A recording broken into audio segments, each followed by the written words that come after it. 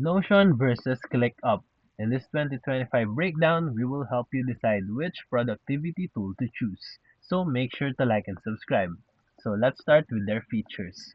Notion is a powerful note-taking, wiki, and database app, while ClickUp is a complete work management platform with tasks, docs, goals, and many more.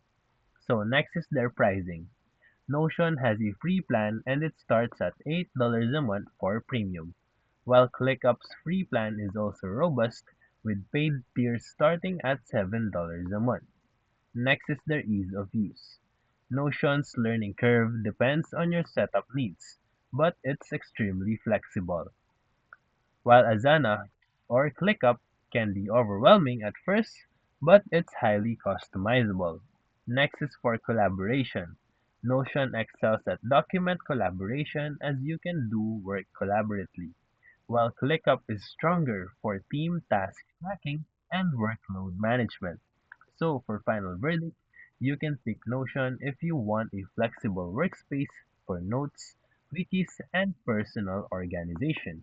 And you can choose ClickUp if you need a full project management system with advanced features. So if this video helped you, feel free to like and subscribe for more videos. Thank you for watching.